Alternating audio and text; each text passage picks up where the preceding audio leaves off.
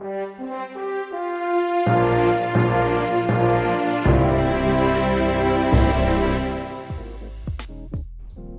and blessings, everybody. It's Pastor Troy Wynn Sr., the senior pastor of the Freedom Church in the international city of Warner Robins, Georgia. And listen, I want to do this right now. If you're anywhere near the Warner Robins, Georgia area and you don't have a church home, a church family, I want to invite you right here, right now, to join us this Sunday at 11 a.m. Whenever you hear it, we meet every Sunday at 11 a.m. But I want to encourage you to come and experience the Freedom Church. The address is 820 North Houston Road, Warner Robins, Georgia. My reason for doing this today is because this past Sunday, I met an awesome young black brother, 20 years old, who said to me that his family had been trying to get him to come to the Freedom Church for over a year.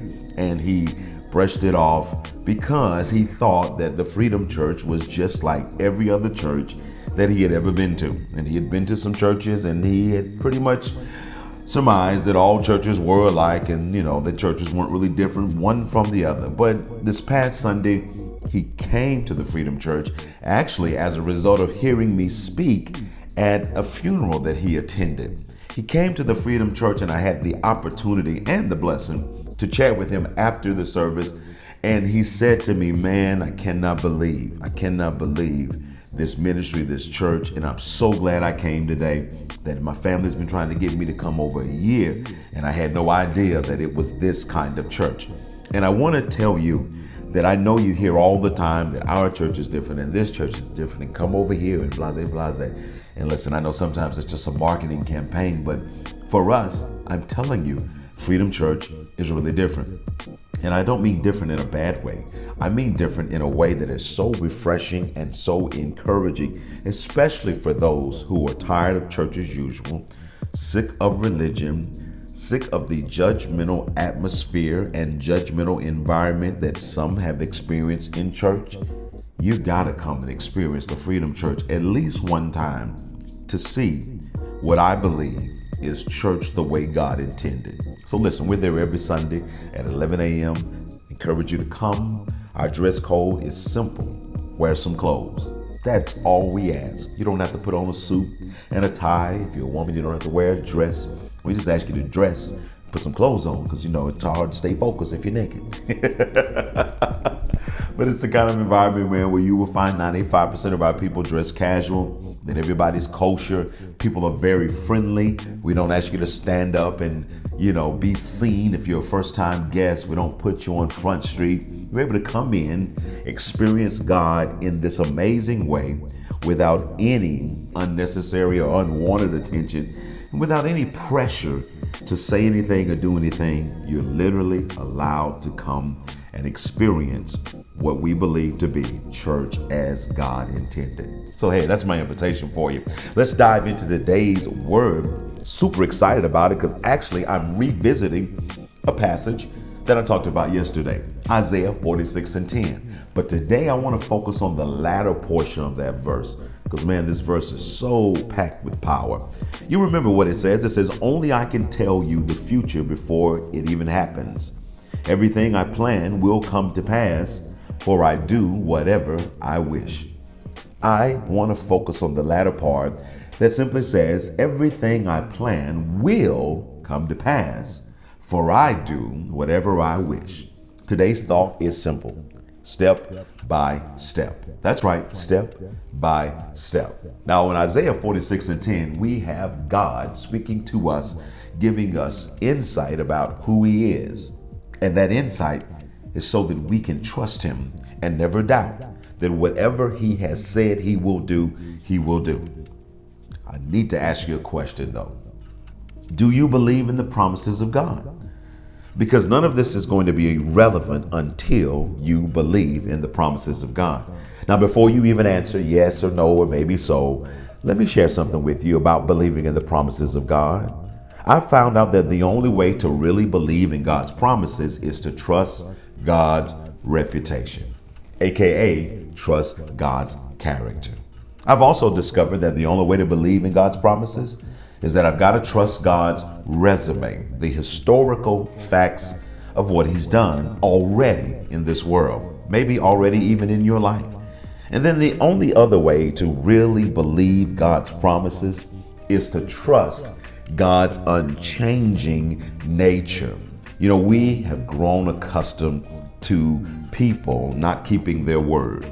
We've grown accustomed to people smiling in our faces and lying to us the moment they get out of our sight. And some folks even lie to you smiling in your face.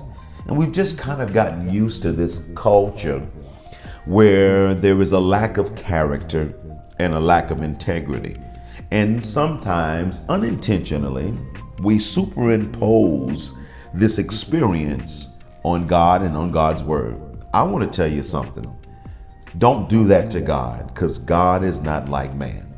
I want to encourage you today to put your trust in God's reputation, to put your trust in God's resume, and definitely put your trust in God's unchanging nature. Here's why. Because then and only then will you be able to believe that God promises and God proves and God provides and God produces. Good God Almighty. Did you catch all of those P's? Amen, somebody. God promises, God proves, God provides, and God produces. Somebody say, well, Pastor Troy, how does God do all of this in my life?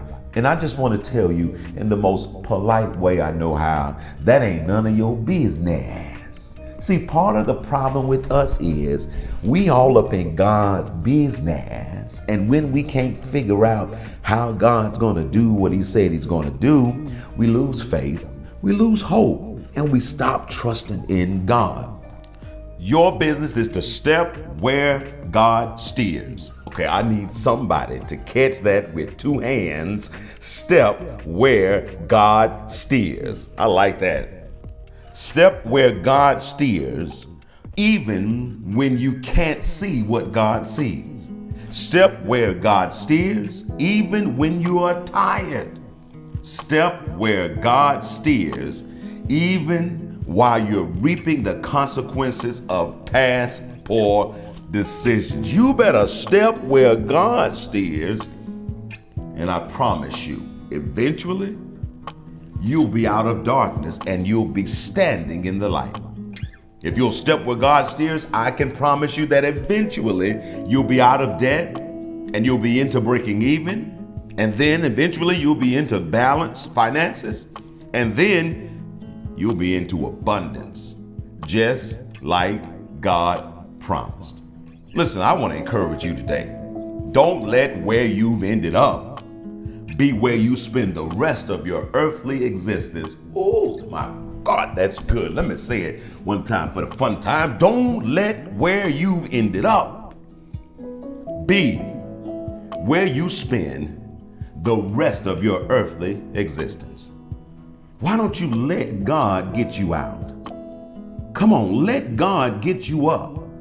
Let God get you through even those things you've gotten yourself into, because God will. He wants to, but he can't do it until you step where he steers. See, by stepping where God steers gives you an advantage. By stepping where God steers gives you an opportunity to overcome everything that's trying to overcome you in your life right now. Honestly, it is truly the only way out. It's the only way up. It's the only way through. But you have to be willing to be obedient to the voice of God. You have to be willing to be obedient to the will of God and to the word of God. And I believe that you are ready, willing, and motivated right now in this season. It's the beginning of a new year. And who wants to spend the whole year on the bottom? Who wants to spend another year struggling, another year behind the 8 ball, another year failing and falling? Who wants to spend another year that way when they don't have to? Well, I am giving you the blueprint today. And that blueprint is stepping where God steers. See, the problem with most of us and this world we live in, everybody wants to leap to the next level. And let me just be honest with you. Leaps look good in the movies. But the truth is, true success is mostly about finding the right path and walking that path step by step, one step at a time, until you reach the divine destination that God has promised you. You got to understand and make peace with what I'm about to tell you right now. Forget that leaping stuff. It's better to take many small steps in the right direction than to make a great giant leap forward only to stumble backwards again. I like what Job said in Job 31:4. Job says, man, does God not see my ways? And does he not number all my steps? Man, I like that that's in the Bible. Does not God see my ways? Number one, my ways has an S. So God sees my ways. Everything I do, everything I say, everywhere I turn, every thought that I have, God sees it all. And listen, that's not anything to fear.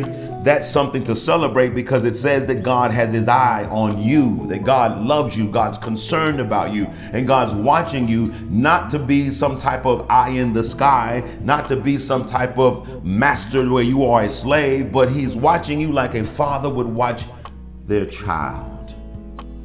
God has his eye on you because he loves you and he cares about you, and he sees your ways, the way that you go. He sees the paths. He sees the turns in your life. He sees the turmoil and the trouble and the disappointment. He sees because he cares. But not only does he see, he numbers all of our steps. Now, you can't number somebody's steps unless you're watching their steps. And you certainly can't number all of their steps unless you never look away from them. Job 31:4 reveals to us how intently the omnipresent God is able to watch and care for every single one of us simultaneously at the same time all across the world. He numbers all of your steps because he wants you to know that he cares about your steps. He wants you to know that he's got some steps that if you would take, his steps will lead you to your destination. His steps will lead you out, up, and through. His steps will lead you to better, and his steps will lead you to a place called best. I want you to trust God today like you've never trusted him before. Here's why I want you to trust God like you've never trusted him before. Because God is a secure place where you and I both can deposit our faith, we can deposit our trust, and we can deposit our desires. See, God is unchanging, which means he's stable. Not only is God unchanging, though, he means what he says. I want to encourage you right now in this moment to align your steps with God's word, God's will, and God's way, so that you will experience and embrace God's promises step by step. Would you pray with me today? Father, we thank you for this moment in time where we are able to see clearly how much you love us and how much you care about our success. Father, we pray today that you will forgive us for not following your steps, not following your plan, not obeying your word, not staying in your will. And we pray today that you will lead us and guide us up, out, and through the things that we've gotten ourselves into. We know that you care, we know that you love us, and we know today, God, you are a secure place where we can literally deposit our faith, our trust, and our desires. So today we would like to make a deposit into you.